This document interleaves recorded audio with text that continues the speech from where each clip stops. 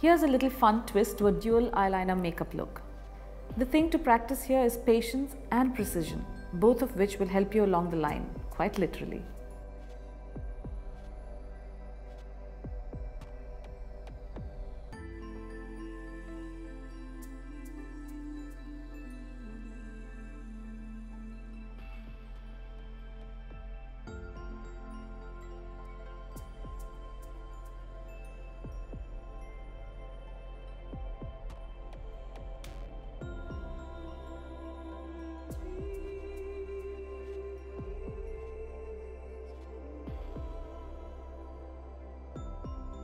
To further sharpen the wing, dip an angular brush into a concealer and paint alongside the wing to sharpen it and bring it into focus.